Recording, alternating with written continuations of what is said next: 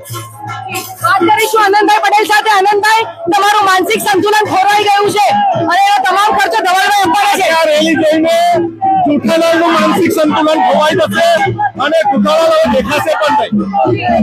શું કહેશો, આ કોંગ્રેસ બચાવ રેલી છે કે આદિવાસી અસ્તિત્વ બચાવ રેલી? એ તો એનું માનસિક સંતુલન ખોવાઈ ગયું છે એટલે એને ખબર પડે અને શું નામ આપવાનું છે કે જુઠ્ઠાલાલની વાતમાં કોઈ આવવાનું નથી।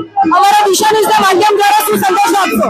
તમારા માધ્યમ દ્વારા સંદેશ આપવા માંગુ છું કે પોલીસની વાત પર અને તેમાં સ્પેશિયલ પંજાબની વાત પર ભરોસો કરવો નહીં।